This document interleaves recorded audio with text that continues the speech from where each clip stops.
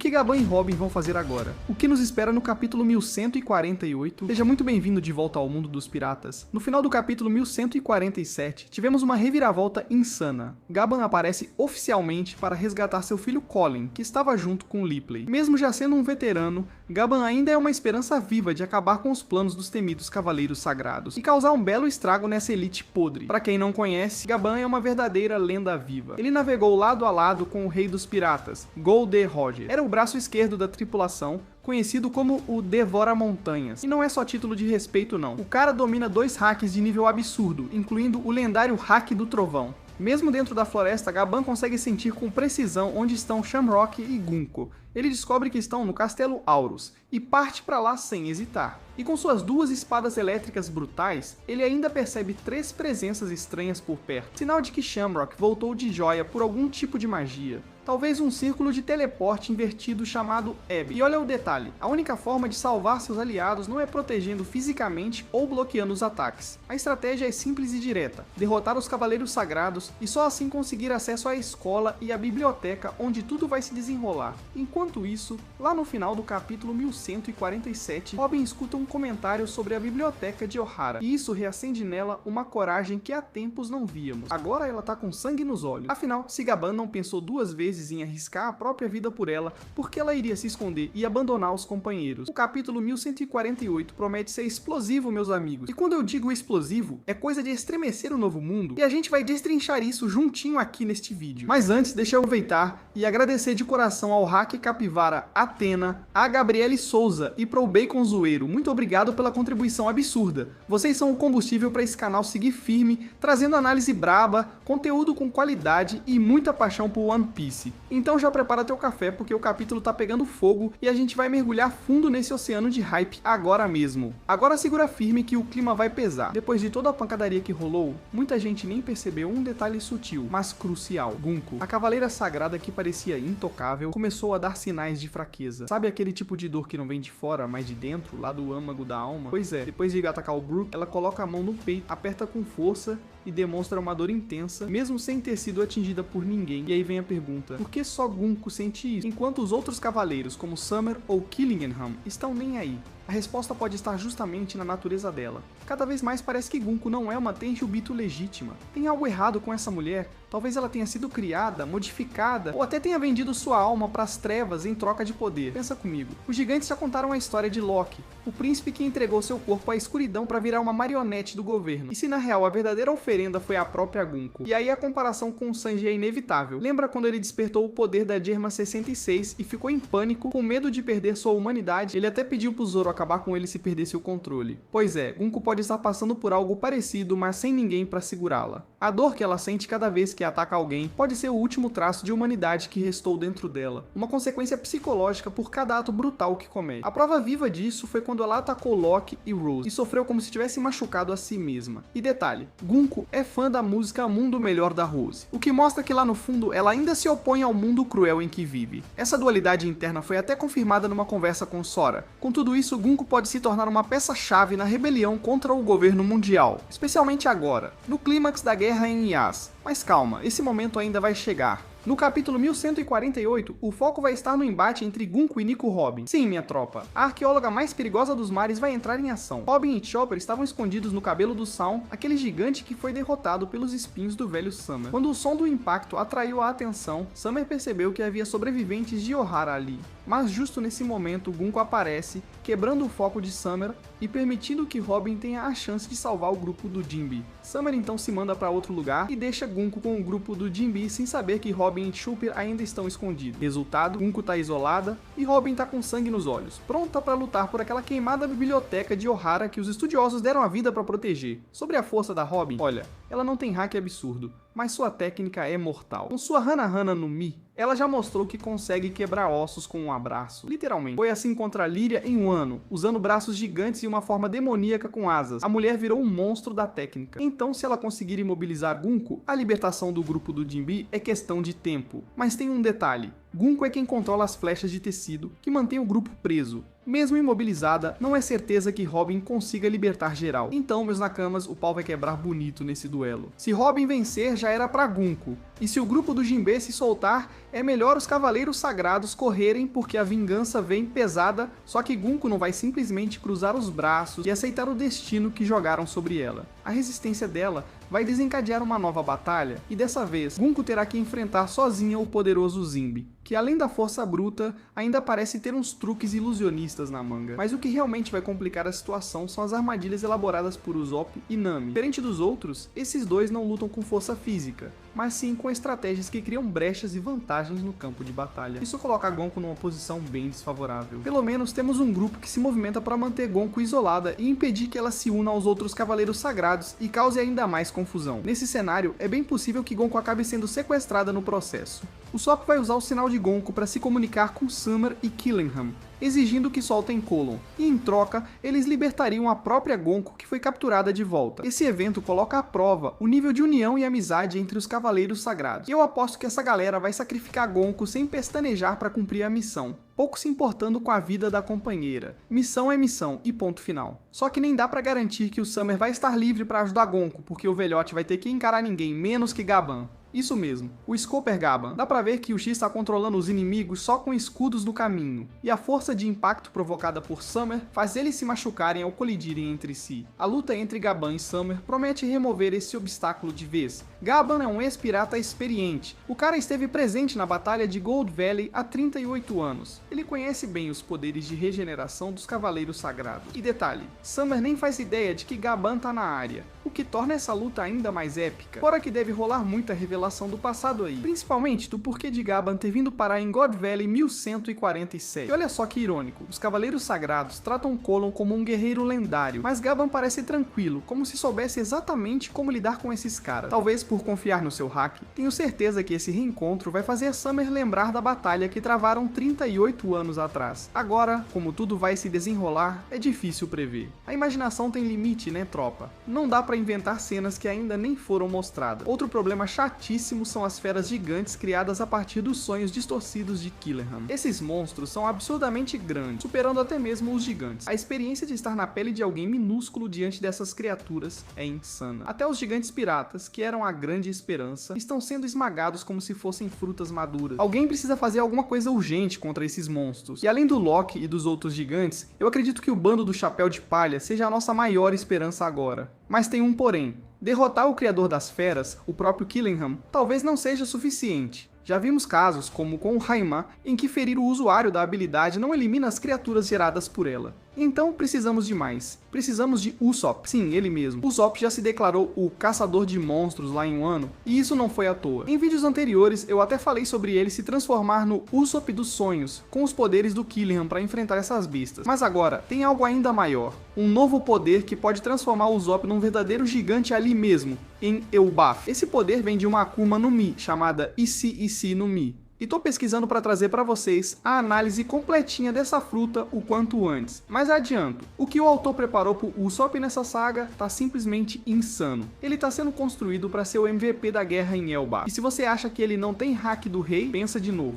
É isso mesmo. Tem um detalhe que muita gente deixou passar. Tudo que o Usopp explode na mentira, de alguma forma, vira realidade. Elbaf é a terra dos sonhos e da coragem. Exatamente o que o Usopp sempre buscou. Lá vivem os verdadeiros guerreiros valentes que ele sempre quis ser. E agora ele finalmente vai deixar de ser aquele moleque medroso para virar alguém digno do título. Em Wano, ele mesmo disse: "O mundo me chama de Usohachi, o caçador de monstros." E não foi da boca para fora. Ele usou o haki do rei de forma inconsciente para intimidar os fracos da tripulação das 100 feras. Agora, em Elbaf, temos a presença de monstros criados a partir dos pesadelos das crianças adormecidas. Eles não podiam ser acordados de jeito nenhum, presos num pesadelo sem fim. Como é que se salva uma galera dessa? Simples, você chama ele, o homem, o mito, o mentiroso, o Usopp, o caçador de monstros. Ou pelo menos é assim que ele se autoproclamou. Mas se você acompanha One Piece, sabe muito bem que quando o Usopp mente, a mentira vira realidade. É tipo um hack do universo que só o Oda entende. E se você não lembra disso, relaxa, que o tio aqui vai te refrescar a memória com provas cabulosas. Primeira parada. Capítulo 24. O Usopp conta pra Kaia que já lutou contra um peixe dourado tão colossal que o cocô dele era do tamanho de uma ilha. Mano, que tipo de mente pensa nisso? Só que aí, lá no capítulo 216, o tal peixe realmente aparece. Nome? Island Eater. O que ele solta? Um cocô gigante. Nome da ilha? Doom. Sim, meus amigos. O Oda canonizou a mentira. Agora segura essa. Em Thriller Bark,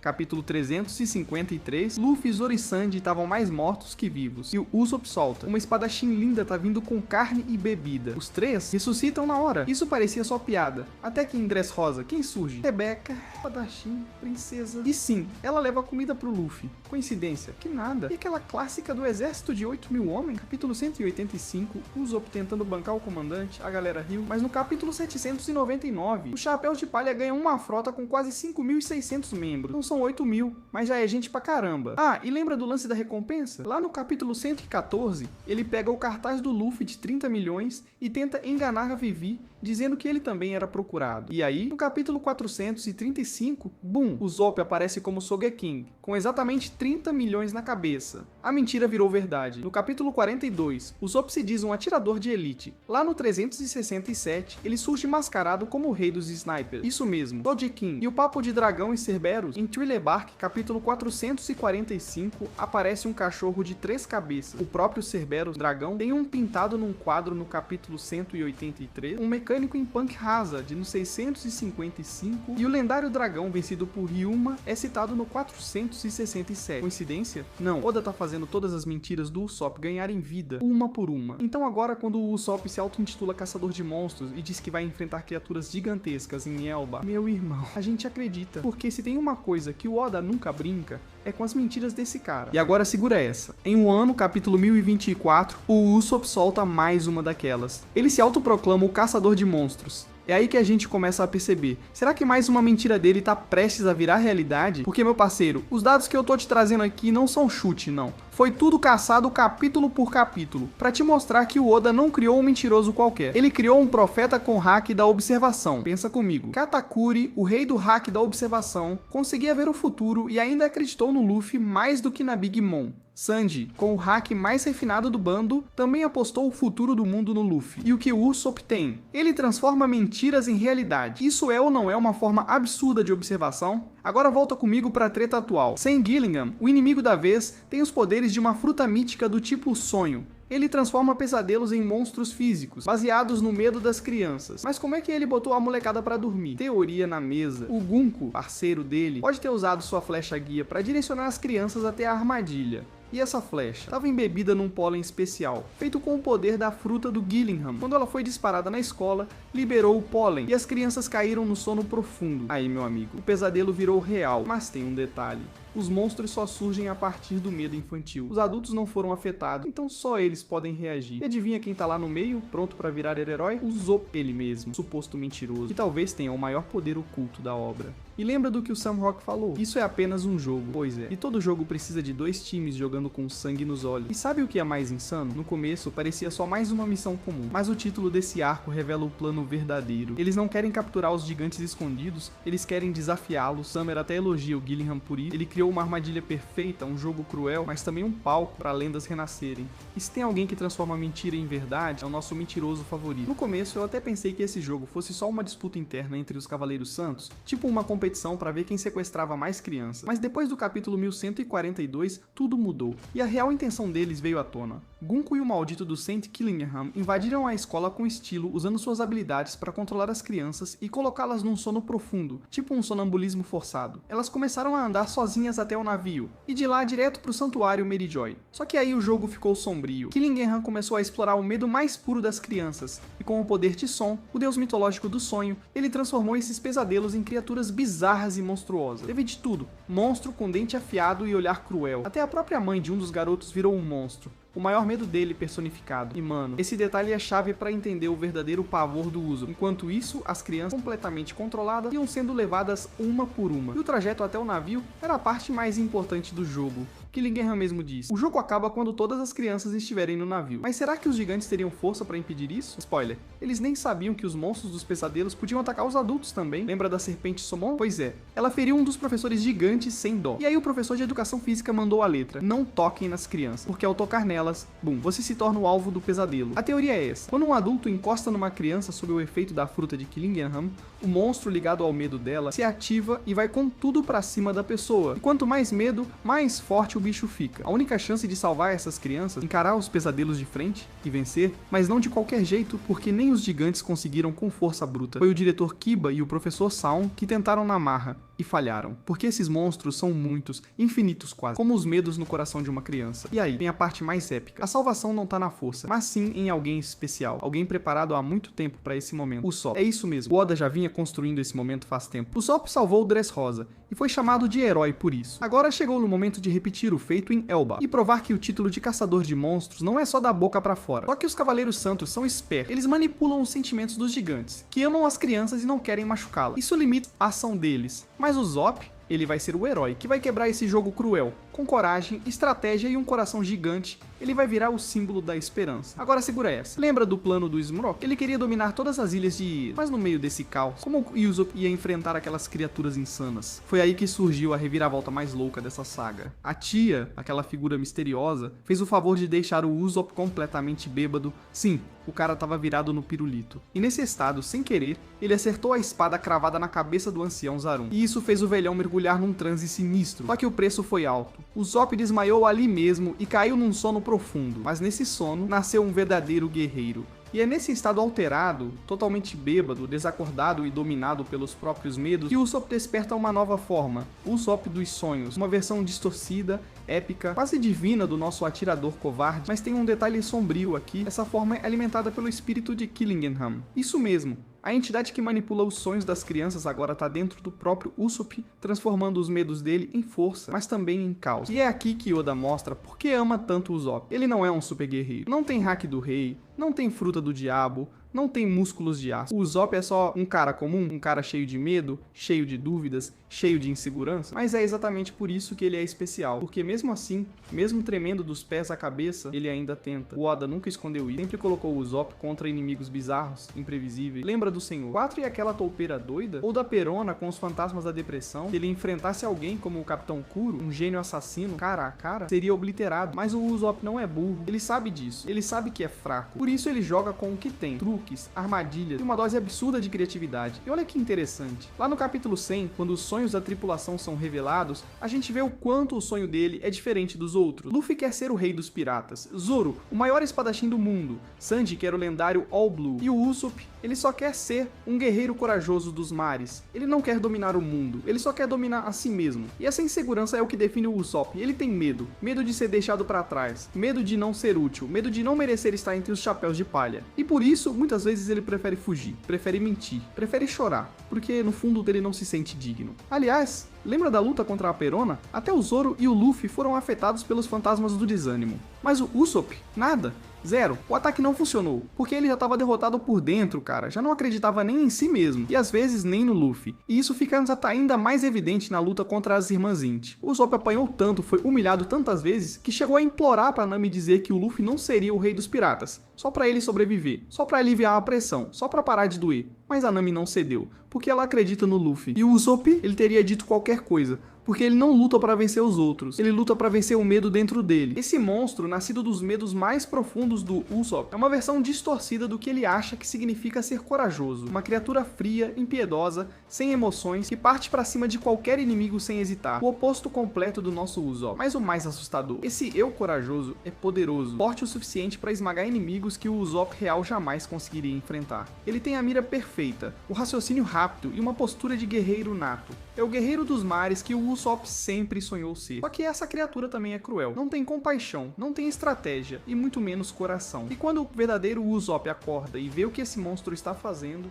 destruindo tudo ao redor, colocando inocentes em risco, ele finalmente entende. Coragem sem medo não é coragem, é loucura. E é nesse momento que o verdadeiro confronto começa. Não contra um inimigo, não contra contra um vilão, mas contra si mesmo, porque se ele quiser derrotar essa criatura, ele vai ter que encarar tudo o que sempre evitou, o sentimento de inutilidade, o medo de decepcionar os amigos, o pavor de nunca ser bom o suficiente. Ele vai ter que olhar nos olhos do próprio reflexo e não desviar o olhar dessa vez, e é aí que o milagre acontece. O hack da observação desperta, não por acaso, não por sorte, mas porque pela primeira vez, o Usopp não está tentando fugir do perigo, está tentando proteger os outros dele mesmo. E quando ele sente a presença de cada alma inocente ao redor, quando percebe a distância exata entre ele e seus companheiros, quando enxerga com nitidez até o coração de quem está sofrendo, o Usopp finalmente entende o que é ser um verdadeiro guerreiro dos mares. Não é aquele que nunca sente medo, é aquele que age apesar dele. E nesse instante, ele não precisa mais da máscara do Sogeking, porque ele não está mais fingindo ser corajoso. Meus queridos, o impossível aconteceu. O Usopp, nosso Usopp, finalmente despertou o monstro interior.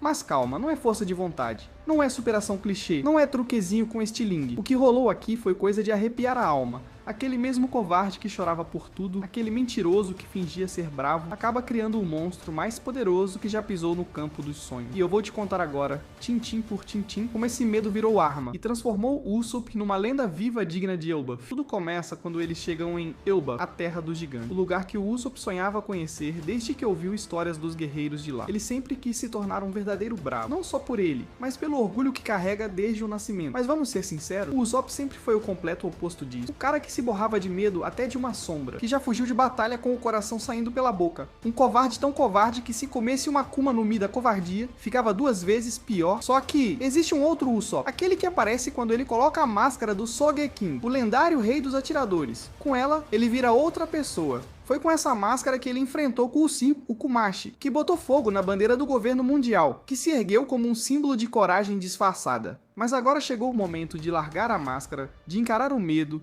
de olhar no espelho e dizer eu sou corajoso. E aí entra a figura mais macabra da história, Saint Kilham, o vilão que transforma pesadelos em realidade. Durante o sono, toda Yobart, inclusive o Usopp, é afetada pelo poder da Akuma no Mi mitológica desse desgraçado. E qual é o pior pesadelo do Usopp? É ele mesmo, mas não o covarde, o corajoso. O Usopp que ele morre de medo de se tornar. E quando o sol rasga o céu de Yobart e os pesadelos viram poeira, quem tá lá no meio da galera? Ele. O mentiroso, o covarde, o cara que sempre correu antes da briga, mas dessa vez de pé, orgulhoso, com a cabeça erguida e o coração batendo mais forte que tambor de guerra. Usopp acorda suado, tremendo, achando que tudo foi só um sonho maluco. Mas aí, vem as crianças correndo, os gigantes se curvando, o povo gritando o nome dele como se tivesse acabado de salvar o mundo. E sabe de uma coisa? Ele salvou, não com porrada, não com Akuma no Mi, mas com algo que só quem é humano de verdade consegue usar, coragem. Não foi Sogeking, não foi o atirador mascarado, foi ele, o Usopp, do jeitinho que ele é. Com medo sim, mas indo mesmo assim. E mano, nesse momento a gente entende. O Usopp não nasceu para ser o mais forte, ele nasceu para provar que até quem tem medo pode ser herói, que até quem mente uma hora fala essa verdade mais poderosa do mundo. Eu acredito em mim, agora segura essa. Elbaf se curva, o hack da observação tá ali, pulsando, pronto para explodir. E o mundo tá começando a prestar atenção, porque o rei dos atiradores tá vindo aí, e não tem mais volta. E se você também tá torcendo pra esse Usopp lendário brilhar de vez, já mete o dedo no like, se inscreve no canal e comenta aqui embaixo. Eu acredito no Usopp. A jornada só tá começando, irmão, e eu te vejo no próximo vídeo.